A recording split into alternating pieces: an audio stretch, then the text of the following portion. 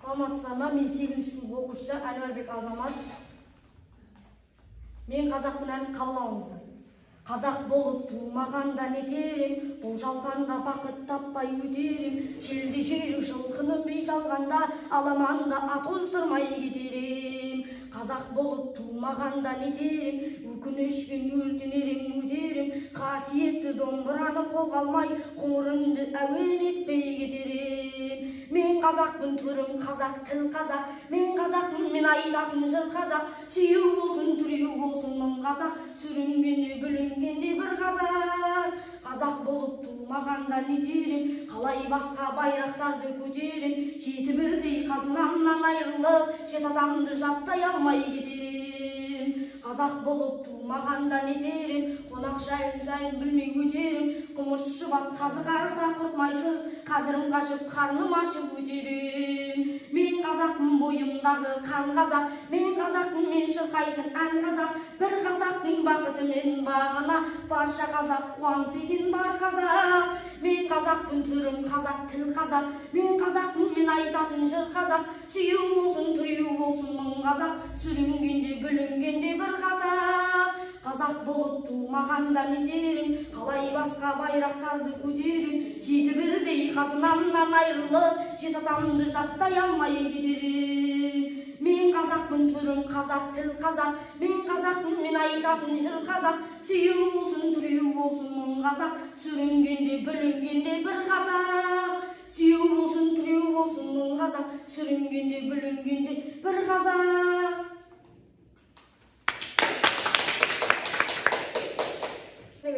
Қайырлы кеш баршаңызға. Мен Гүлжарбақтай 8-ші сынып оқушысымын. Бізге берілген тақырып Алаштың идеялары және де тәуелсіздік негіздері. Алаш идеясы тәуелсіздік негізі қазақ елінің тәуелсіздікке қол жеткізу, ұлттық тарихымыздың түгендеуге, рухани болмысымызды қалыптастыруға мүмкіндіктерді ашты. Қазақтың сан ғасырлық күрделі тарихын Алаш партиясы мен Алаш қозғалысының орны ерекше екендігін айтылады. 20-ші ғасырдың бас кезіндегі тарихи оқиғалардың маңызы мен мәнін жете түсіну әрі оны өзге ұрпаққа насихаттау қазіргі тәуелсіз мемлекеттің мұратының бір болуы тиіс.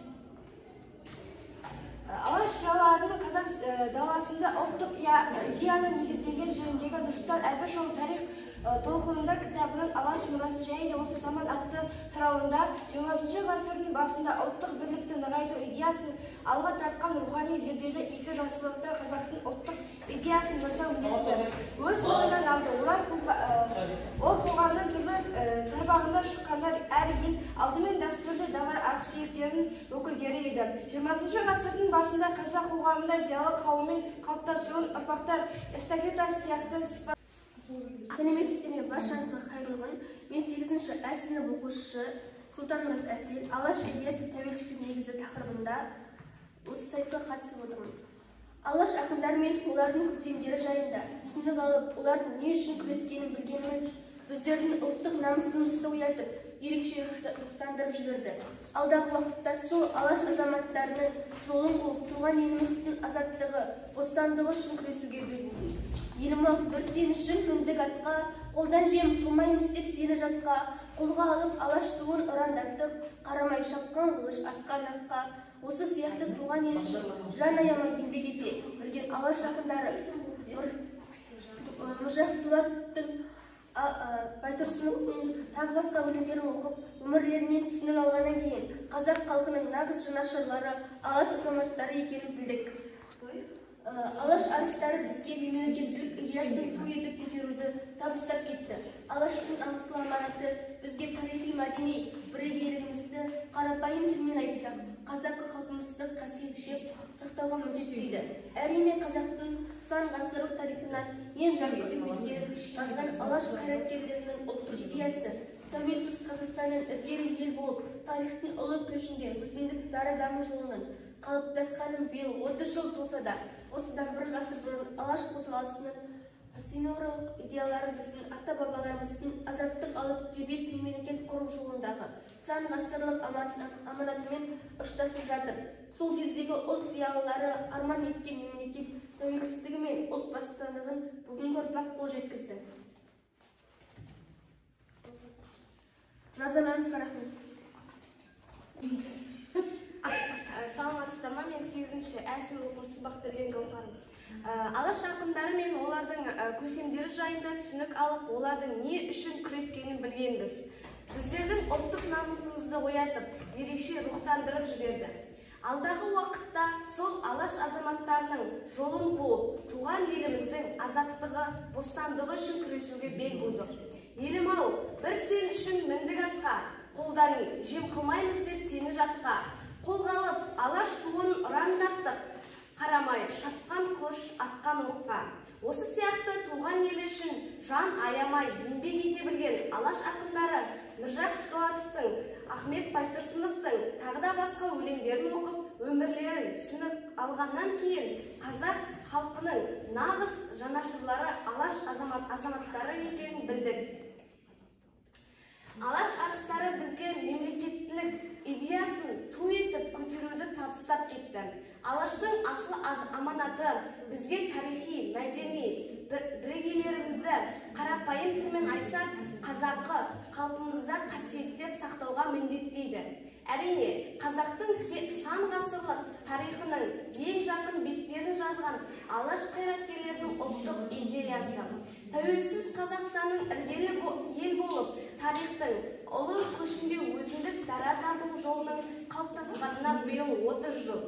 Болса да, осыдан бір ғасыр бұрын алаш қозғалысының пассионарлық идеялары біздің ата-бабаларымыздың азаттық алып дербес мемлекет құру жолындағы сан ғасырлық аманатымен ұштасып жатыр.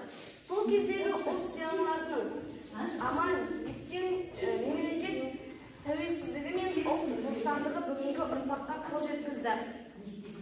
Мемлекет басшысы Қасым-Жомарт Тоқаев үстіміздегі жылдың қаңтарындағы тәуелсіздік бәрінен қымбат атты мақаласында көркем және деректі тарихи туындыларды мемлекеттілік және мемлекетшілдік идеясы әрдайым көрініс табуы қажет. Біз кезінде елге қызмет етудің озық үлгісін көрсеткен. Менің есімім Жансая, мен 8-ші сынып оқушысымын. Бүгінгі тақырыбымыз біздің алаш зиялылары. Бұл тақырыпта алаш отауы және де оның құрылуы тарихы, алаш орданың негізін қалағандар және қорытынды. Алаш отауының мағынасын аша келетін болсақ, алаш сөзінің мағынасы ол алаш сөзі түркі тілдерде қандастыру, қандастар, бауырластарды білдіреді. Кейбір деректер бойынша алаш қазақ сөзінің синонимі болып саналады. Яғни қазақ сөзі мен алаш сөзі екеуі де еркін, азат адам дегенді білдіреді. Алаш партиясының құрылу тарихы.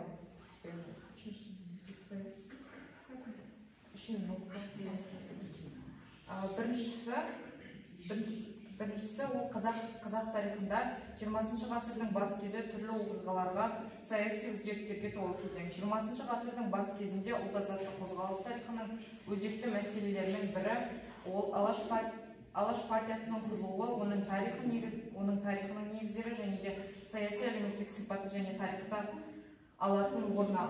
Алаш партиясы Ресей империясы мен социалистік Ресейдің қазақ партиясы болған. Партия бірінші дүниежүзілік соғыстағы Ресейдің кризисін қолданып 1917 жылдың сәуір айында қазақ съезінде партия қабылданып, сол жылдың шілдесінде партия құрылды. Партияның ең маңызды қазақ зиялылары болып табылады.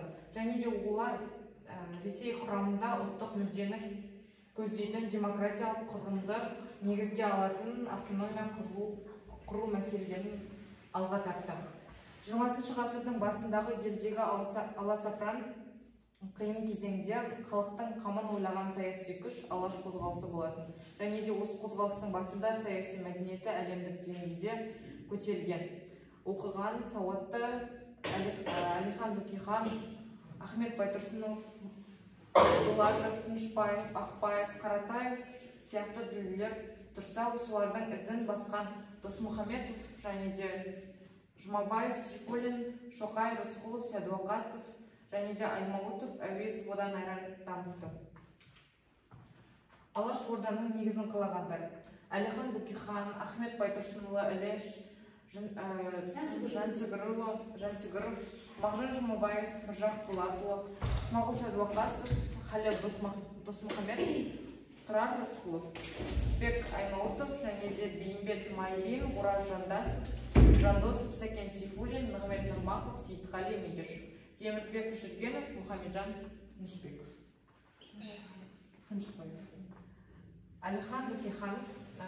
Әлихан Бөкейханұлы бұл болып тұрған жаман Алаштың азаматына зор жүк. Бізде біліп болып іс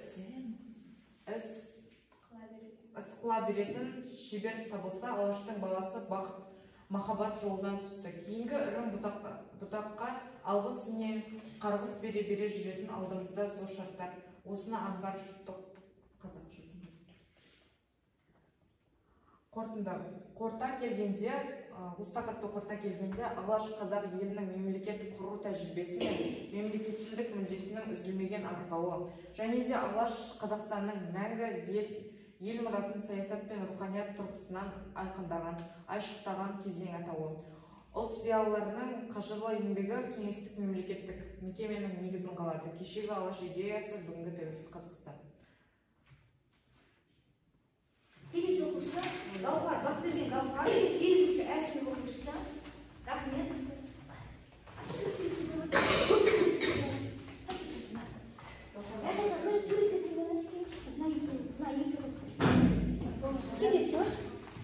Қалғандар түсіп суретке түсіп аха. Апайлар қасекенді. Сен шашын шамал жинап жабыра басқа. Иә, алдына тамам тұрсам болады, аха. Сен шамал жақындандар, бір-бірлеріне бұлай жақындандар. Әдемі сүйіп тұр.